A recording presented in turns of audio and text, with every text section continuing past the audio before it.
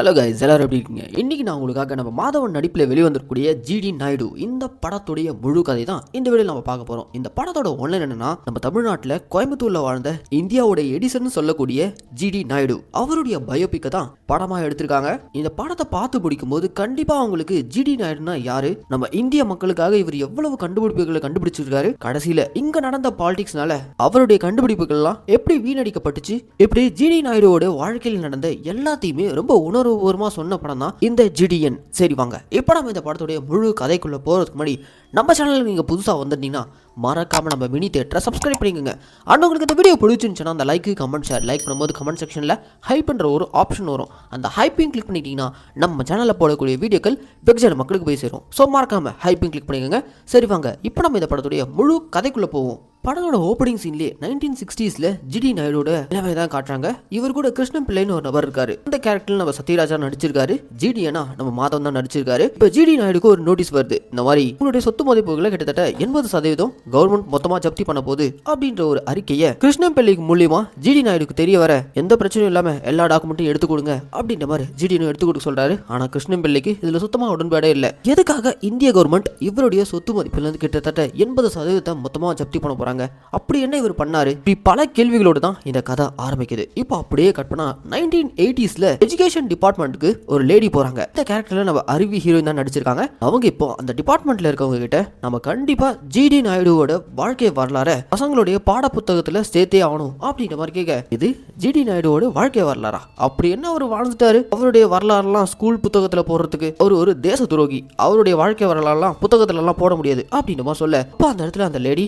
நான் ஜிடி நாயுடுவை பத்தி ஃபுல்லா ரிசர்ச் பண்ணி ஒரு புத்தகமே போட்டிருக்கேன், இந்த புத்தகத்தை படிங்க, அப்புறம் கண்டிப்பா நீங்களே அவருடைய வாழ்க்கை வரலாற நீங்களே பள்ளி பாட புத்தகத்துல சேர்ப்பீங்க அப்படின்ற மாதிரி அவங்களுடைய புத்தகத்தை கொடுக்குறாங்க. அந்த புத்தகத்தை அந்த எஜுகேஷன் டிபார்ட்மெண்ட்ல இருக்க படிக்க ஆரம்பிக்கிறாரு. இங்கிருந்து தான் நம்ம ஜிடி நாயுடுவோட வரலாறையும் தெரிஞ்சுக்க ஆரம்பிக்கிறோம். அப்படியே பிளாஷ்பேக், கோபால துரைசாமி நாயுடு எனும் ஜிடிஎன் அவருடைய 20s காலகட்டத்தில் கிராமத்தில் இருக்கக்கூடிய ஒரு வயல்ல வேலை பார்த்துட்டு இருந்திருக்காரு. அப்படியே ஒரு வேலை பார்த்துட்டு இருக்கும்போது அந்த வயல் வழியா பிரிட்டிஷ் ஆஃபீஸர் மோட்டார் சைக்கிள்ல போயிருக்காரு. அவர் போயிட்டு இருக்கும்போது திடீர்னு அந்த மோட்டார் சைக்கிள் ஸ்டாப் ஆயிருக்கு. இது அந்த ஓரமா வயக்காட்டில் வேலை பார்த்துட்டு இருந்த நம்ம ஜிடிஎன் பார்த்துட்டு வேகமா கையில ஒரு மண்ணெண்ணெய் கேனோட நேரா போயிட்டு அந்த பிரிட்டிஷ் ஆஃபீஸர் கிட்ட அந்த மண்ணெண்ணெய் கேனை கொடுத்து அந்த மோட்டார் சைக்கிளை ஸ்டார்ட் பண்ண உதவி பண்றாரு. கடைசியா அந்த மோட்டார் சைக்கிளும் ஸ்டார்ட் ஆகுது. உடனே அந்த பிரிட்டிஷ்காரர் ரொம்ப தேங்க்ஸ் மேன் அப்படின்னு அங்கிருந்து கிளம்ப பார்க்க, ஆனா ஜிடிஎனுக்கு அந்த மோட்டார் சைக்கிளை பார்த்ததும் பயங்கர ஃபேசினேட் ஆகுறாரு. எப்படி இது இயங்குது, இதை பத்தி எப்படியாச்சும் நிறைய தெரிஞ்சுக்கிடுவேன்னு சொல்லிட்டு அந்த மோட்டார் சைக்கிளை வாங்கணும்னு சொல்லிட்டு முடிவு பண்றாரு. அதே பிரிட்டிஷ்காரர்கிட்ட இந்த மோட்டார் சைக்கிள் எவ்வளவுனா நீங்க கொடுத்துருவீங்க அப்படின்ற மாதிரி கேட்க, ஒரு 250 ரூபானா கொடுத்துடலாம்ப்பா அப்படின்ற மாதிரி சொல்ல, உடனே நம்ம ஹீரோ இந்த 250 ரூபாய்க்காக பயங்கரமா ஓடுறாரு. கிட்டத்தட்ட 200 ரூபா சேர்த்துறாரு. இன்னொரு 50 ரூபா ஷார்டேஜா இருக்கு. அந்த 50 ரூபாவை தன்னுடைய மனைவியான செல்லம்மா, இந்த கேரக்டர்ல நம்ம பிரியாமணி தான் நடிச்சிருக்காங்க, அவங்க கிட்ட போயிட்டு இந்த மாதிரி நான் ஒரு மோட்டார் சைக்கிள் வாங்க போறேன், அதுக்கு நான் கிட்டத்தட்ட 200 ரூபா சேர்த்துட்டேன், இன்னொரு 50 ரூபா தான் ஷார்டேஜ் ஆகுது, உங்க கையில இருந்தா கூட அப்படின்ற மாதிரி கேட்க, அவங்களும் ஹஸ்பண்ட் கேட்டதுமே அவங்க சேர்த்து வச்சிருந்த 50 ரூபாயும் கொடுத்துறாங்க. கிட்டத்தட்ட 250 ரூபாய் எப்படியோ கஷ்டப்பட்டு சேர்த்துக்கிட்டு அந்த பணத்தை எடுத்துக்கிட்டு அந்த பிரிட்டிஷ்காரங்க கையில கொடுத்து வண்டியை வாங்கலாம்னு சொல்லிட்டு ஹஸ்பண்ட் ஒன்று 2 பேரும் கிளம்பி போறாங்க. அப்படி போகும்போது போற வழியில விவசாயிகள்லாம் ஒண்ணு கூடி ஜமீன்தாருக்கு எதிராக போராட்டம் பண்ணிட்டு இருக்காங்க. எதுக்காகனா கூலி உயர்வுக்காக. ராவும் பகலுமா வேலை பார்த்துட்டு இருக்க உழைப்பாளிகளுக்கு கரெக்டான கூலி இவங்களுக்கு போய் சேர்ந்ததே இல்லை. ஆண்களுக்கு 3 ரூபாயும் பெண்களுக்கு 1 ரூபான்னு ரொம்பவே சொற்பமான தொகைக்கு தான் இவங்க வேலை பார்த்துட்டு இருக்காங்க. கிட்டத்தட்ட கொத்தடிமை மாதிரி வேலை பார்த்துட்டு இருக்காங்க. இதெல்லாம் எதிர்த்து ஜமீன்தார் சிஸ்டத்தை எதிர்த்து இந்த விவசாயிகள்லாம் ரொம்ப கடுமையா போராட்டம் பண்ணிட்டு இருக்காங்க. அந்த போராட்டத்தை கூட்டத்தை கடந்து போயிட்டு இருக்கும்போது ஜிடி நாயுடுனால ஈஸியா கடந்து போக முடியல. நேரா இப்போ அந்த விவசாயிகள் கிட்ட போயிட்டு, எந்த காரணத்து கொண்டோ நீங்க இப்ப முன்னெடுத்திருக்க இந்த போராட்டத்தை கை விட்டுறாதீங்க, என்னால முடிஞ்ச உதவியை நான் உங்களுக்கு அளிக்கிறேன் அப்படின்ற மாதிரி இவர் ஆசையா அந்த மோட்டார் சைக்கிள் வாங்கணுன்றதுக்காக சேர்த்து வச்சு 250 ரூபா எடுத்துட்டு வந்தாருல, அந்த 250 ரூபாவை அங்கே போராட்டம் பண்ணிக்கிட்டு இருக்க அவங்களுக்கே யூஸ் ஆகட்டும்ன்ற மாதிரி கையில் கொடுத்துட்டு வந்துடுறாரு. இதை கூட இருக்க செல்லம்மா பார்க்குறாங்க, இந்த அளவுக்கு நல்லவரா அப்படின்ற மாதிரி வியந்து பார்க்குறாங்க.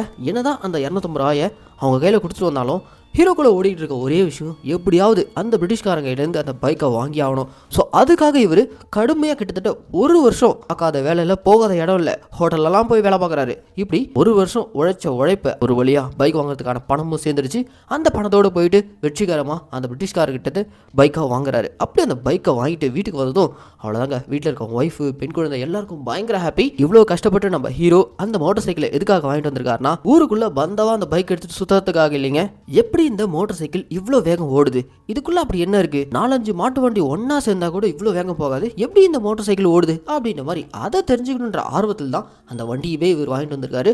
அப்படி வாங்கிட்டு வந்ததும் அந்த பைக்ல இருக்க ஒரு நட் போல்ட் விடாம மொத்தமா டிஸ்மேண்டில் பண்றாரு. அப்படி டிஸ்மேண்டில் பண்ணி உள்ள இருக்க அந்த இன்ஜினை பாக்குறாரு, எப்படி அந்த இன்ஜின் ரன் ஆகுது, இப்படி அத்தனையுமே இவர் ஸ்டடி பண்ண ஆரம்பிக்கிறாரு. இது எல்லாமே அவர் சுயமா கத்துக்க ஆரம்பிக்கிறாரு. இப்படி ஒண்ணு விடாம அந்த பைக்கை டிஸ்மேண்டில் பண்ணி திரும்பவும் அவரே பொருத்தி அதை ஓட்டியும் பாக்குறாரு. சோ இப்படிதான் இவருக்குள்ள இன்ஜினியரிங் மேல ஆர்வம் தூண்டி இருக்கு. கொஞ்சம் கொஞ்சமா இங்கிலீஷ்காரங்க கொண்டு சேர்ந்து அவங்களுடைய மொழியும் கத்துக்க ஆரம்பிக்கிறாரு. சயின்ஸையும் உன்னிப்பா கவனிக்க ஆரம்பிக்கிறாரு. இப்படியே நாட்கள் ஓடிக்கிட்டு இருக்க ஒரு பருத்தி மில்ல வேலைக்கும் போறாரு. அப்படியே அந்த பருத்தி மில்ல வேலைக்கு போன இடத்துல தான் முதல் முறையா ஒரு எக்யூப்மெண்ட்டை கண்டுபிடிக்கிறாரு. அது என்னன்னா, அந்த பருத்தி மில்ல எல்லாருமே கையில தான் பருத்தியும் பருத்தியில் இருக்கக்கூடிய சீடியும் பிரிச்சுக்கிட்டு இருக்காங்க.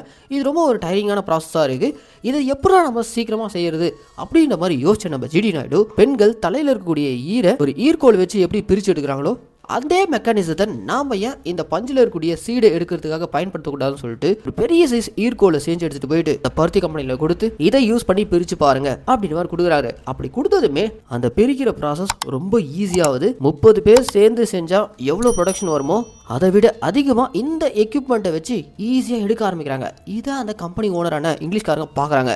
இவனுக்குள்ள ஏதோ ஒன்று இருக்குடா அப்படின்ற மாதிரி புரிஞ்சுக்க ஆரம்பிக்கிறாங்க. அதுக்கப்புறம் தான் நம்ம ஹீரோ தொடர்ந்து மக்களுக்கு பயன்படுத்துற விதத்துல புது புது எக்யூப்மெண்ட்டை கண்டுபிடிக்கணும் அப்படின்ற மாதிரி பயங்கர ஆர்வமா சயின்ஸை கத்துக்கிறாரு. ஒரு சாதாரண எம்ப்ளாயா ஒரு பருத்தி கிரவுண்ட்ல வேலை பார்த்துட்டு இருந்த நம்ம ஹீரோ கிட்டத்தட்ட ஒரு பருத்தி மில்லுக்கே ஓனர் ஆகிறாரு. அந்த அளவுக்கு அவருடைய வளர்ச்சி அபரிவிதமா முன்னேறி போயிட்டே இருக்காரு. இதை பிரிட்டிஷ்காரங்க நோட்டீஸ் பண்றாங்க. யாரா இவன் இவ்வளவு வேகமா வளரானு சொல்லிட்டு ஜிடி நாயுடு கூட டைப் பண்ணிக்கலாம் சொல்லிட்டு பார்ட்னர்ஷிப்காகலாம் வந்து கேட்குறாங்க. ஆனால் நம்ம ஜிடி நாயுடு இதை பாருங்க, நீங்கள் எங்கள் மக்களை சுரண்டி வேலை பார்க்குறீங்க, ஆனால் நான் அப்படி கிடையாது. என் மக்கள் பக்கம் நின்று அவங்களையும் என்னோட சேர்த்து உயர்த்தலாம்னு பார்க்குறேன். அதனால் இந்த பிஸ்னஸ் டீலிங்கு பார்ட்னர்ஷிப் இதெல்லாம் கேட்டு வந்துடாதீங்க அப்படின்ற மாதிரி மூக்க உடச்சி அனுப்பிடுறாரு. ஹீரோ கூட இருக்கவங்களாம், ஏன்பா அவங்களாம் எவ்வளோ பெரிய கம்பெனிக்காரங்க, அவங்களே அப்படி நோஸ் கட் பண்ணி அனுப்பி விடுறியே அப்படின்ற மாதிரி கேட்க, ஆமாம் நான் எதுக்காக யாருக்காக பயப்படணும், நான் இப்படி தான் நான் உருவாக்கின பிஸ்னஸ், இங்கே நான் எனக்கு பிடிச்ச வகையில் தான் செயல்படுவேன், யாருக்கும் அடி பண்ணிடணும்னு அவசியம் கிடையாது அப்படின்ற மாதிரி ஒரு ஸ்ட்ரெயிட் ஃபார்வர்டான ஒரு பர்சனாக தான் ஜிடிஎன் அவருடைய வாழ்க்கையை நகர்த்திட்டு இருக்காரு. இது அத்தனையுமே அவருடைய மனைவி என்ன செல்லமா நோட் பண்றாங்க.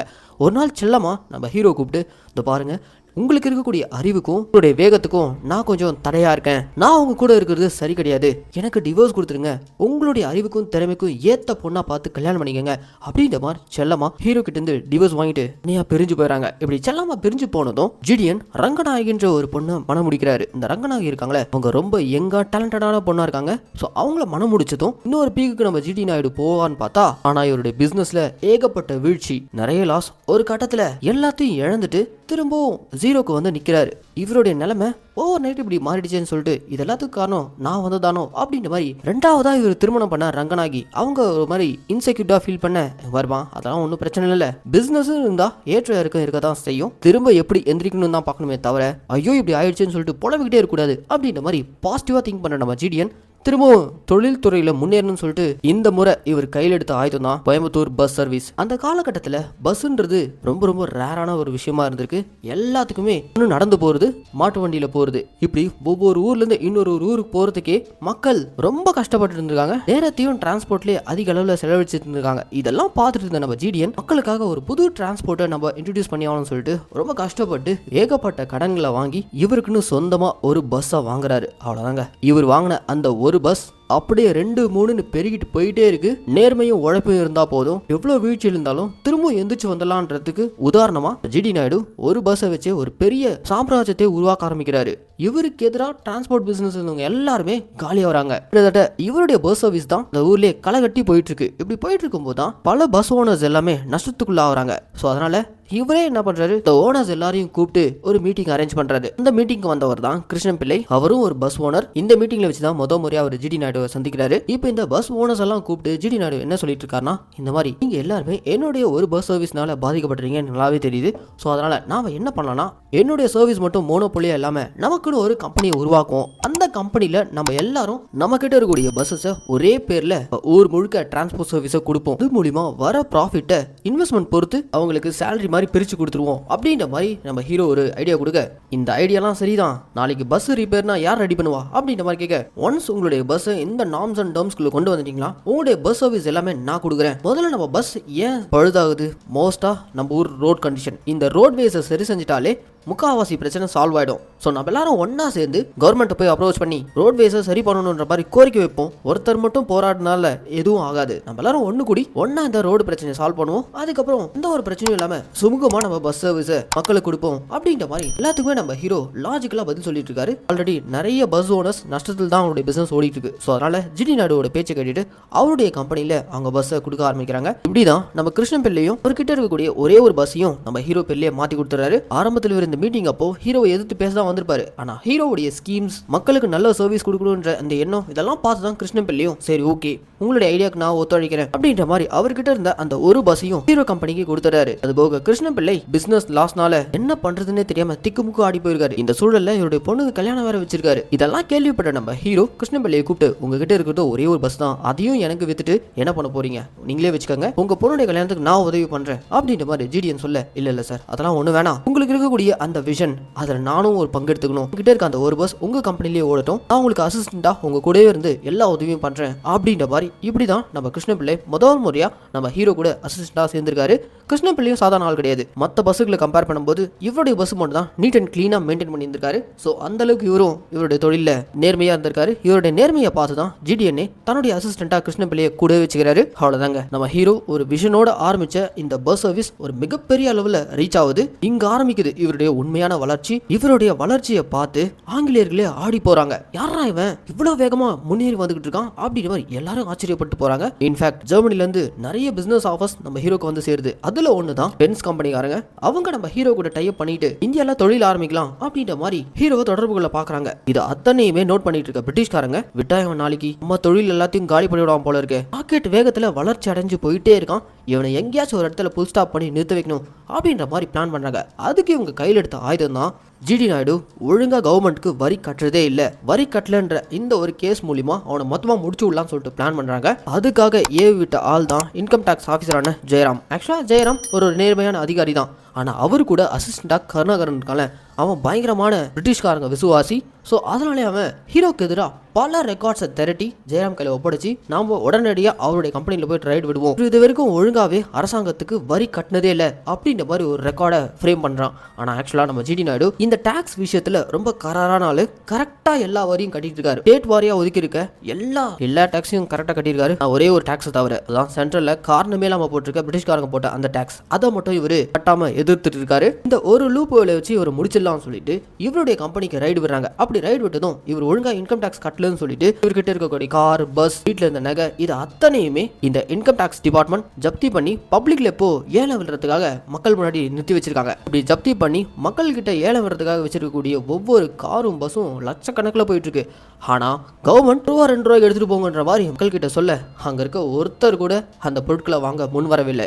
ஏன்னா அவங்க எல்லாருமே நம்ம ஹீரோ மேல அவ்வளவு நம்பிக்கை வச்சிருக்காங்க. ஏன்னா அந்த ஊருக்கு அவரு அவ்வளவு நல்லது பண்ணியிருக்காரு. நீங்க என்ன சொன்னாலும் இந்த மக்கள் ஒருத்தருமே இந்த பொருளை ஏலம் எடுத்துட்டு போக மாட்டாங்க. ஏன்னா அவங்க எல்லாருமே ஜிடி நாயுடு மேல அவ்வளவு மரியாதையும் நம்பிக்கையும் வச்சிருக்காங்க. கண்டிப்பா அவரு இந்த மாதிரி இன்கம் டாக்ஸ் கட்டாம கவர்மெண்ட் எல்லாம் ஏமாத்திருக்க மாட்டாரு. கூய் ஃப்ரீயா கொடுத்தாலும் ஒருத்தரும் இந்த பொருளை வாங்கிட்டு போக மாட்டாங்க அப்படின்ற சொல்ல அப்ப அந்த இடத்துல நம்ம ஜிடி நாயுடு மாசம் என்ட்ரி கொடுத்து இது எல்லாமே நானே திரும்ப வாங்கிக்கிறேன் அப்படின்ற மாதிரி கிருஷ்ணன் பிள்ளை பேர்ல அந்த பொருள் எல்லாத்தையுமே திரும்ப வாங்கிறாரு. என்னடா இது இவன் எப்படியாச்சும் அடிச்சிடலான்னு பார்த்தா இவன் திரும்ப ஈஸியா எந்திரிச்சு வந்துட்டே இருக்கானே சொல்லிட்டு பிரிட்டிஷ்காரங்க எல்லாம் நம்ம ஹீரோ பார்த்து பயங்கரமா பொறாமப்பட ஆரம்பிக்கிறாங்க. ஆனா நம்ம ஹீரோ அதை எதையும் கண்டுக்காம இவருடைய தொழில் துறையில எப்படி இன்னும் முன்னேறி போயிட்டே இருக்கலாம். அண்ட் அதே மாதிரி புது கண்டுபிடிப்புகளை கண்டுபிடிச்சிட்டே இருக்காரு. இவருடைய கண்டுபிடிப்புல ஒரு முக்கியமான ஒண்ணு இன்னைக்கு நம்ம பயன்பாட்டில் இருக்கக்கூடிய ஷேவ் பண்றதுக்காக யூஸ் பண்ணக்கூடிய ட்ரிம்மர். முதல் முறையா இவர் தான் ஷேவ் பண்ற எக்யூப்மெண்ட்ல மோட்டரை ஃபிக்ஸ் பண்ணி ரொம்ப ஈஸியா அழகா எந்த ஒரு காயமும் இல்லாம ஷேவ் பண்ணி காட்டுறாரு. இந்த ட்ரிம்மர் புரட்சி உலகம் முழுக்க இவருடைய பேர் கொண்டு போய் சேர்க்குது. ஒரு கண்டுபிடிப்பு மட்டும் இல்லைங்க, அடுத்தடுத்து தொடர்ந்து ஏகப்பட்ட கண்டுபிடிப்புகளை பண்ணிக்கிட்டே இருக்காரு.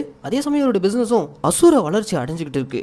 இவர் எப்படியாச்சும் முழுக்கணும் சொல்லிட்டு இன்னொரு பக்கம் பிரிட்டிஷ்காரங்களும் தொடர்ந்து வேலை பார்த்துட்டு இருக்காங்க. ஆனா இது எதையும் சட்ட பண்ணாத நம்ம ஹீரோ இவருடைய கண்டுபிடிப்புகளை உலகம் முழுக்க கொண்டு போய் சேர்க்கணும்னு சொல்லிட்டு ஒரு வெளிநாட்டு பயணத்தை மேற்கொள்றாரு. அதுல முதல்ல ஜெர்மனிக்கு போறாரு. அங்க ஜெர்மனில ஹிட்லர் மிகப்பெரிய அளவுல ரோட் ஷோ பண்ணிட்டு இருக்காரு. அந்த ரோட் ஷோல ஹிட்லரை நம்ம ஹீரோ புகைப்படம் எடுக்கிறாரு. அதுக்கப்புறம் இந்த மாதிரி ஒரு ஜீனியஸ் நம்ம ஊருக்கு வந்திருக்கான்னு சொல்லிட்டு ஹிட்லரை சந்திக்கிற வாய்ப்பும் ஜிடி நாயுடு கிடைச்சிருக்கு. அப்பதான் already Benz company GD Naidu பத்தி கேள்விப்பட்டு அவர் இருக்க கோயம்புத்தூர்லயே ஒரு பெரிய பென்ஸ் பிளான் கொலாபரேஷன்ல ஆரம்பிக்கலான்ற ஒரு பிளான் வச்சிருந்தாங்களே, அதை பத்தியும் நம்ம ஹீரோவை கூப்பிட்டு அந்த பென்ஸ் நிறுவனம் பேசுறாங்க. அதுக்கான முன்னெடுப்புகளும் நம்ம ஹீரோ பேசிட்டு வராரு. இப்படி இவருடைய தொழில அடுத்த கட்டத்துக்கு கொண்டு போகணுன்றதுக்காக எல்லா வேலைகளையும் அவர் பண்ணிட்டு வெளிநாட்டு பயணத்தெல்லாம் முடிச்சுட்டு ரிட்டர்ன் வீடு திரும்பி இருக்காரு. அப்படி வீட்டுக்கு வந்ததும் திரும்பவும் தொடர்ந்து புது புது கண்டுபிடிப்புகளை கண்டுபிடிச்சிட்டே இருக்காரு. அது போக 4 வருஷம் படிச்சாதான் இன்ஜினியர் ஆக முடியும்ன்றத உடச்சி 2 வருஷத்திலே பிராக்டிகலா தொழில் கல்வி கத்துக்கலான்னு டெக்னிக் ஐடிஐ முதல் முறையா இவரு கொண்டு வராரு. நிறைய ஏழை எளிய மாணவர்களுக்கு இவருடைய காலேஜ்ல தொழில் கல்வியை கத்து கொடுக்குறாரு. இப்படி நம்ம ஹீரோ எஜுகேஷன்லயும் பல புரட்சிகளை பண்ணிட்டு இருக்காரு. என்னடா இவன் இப்படி வளர்ந்து போயிட்டே இருக்கான்னு சொல்லிட்டு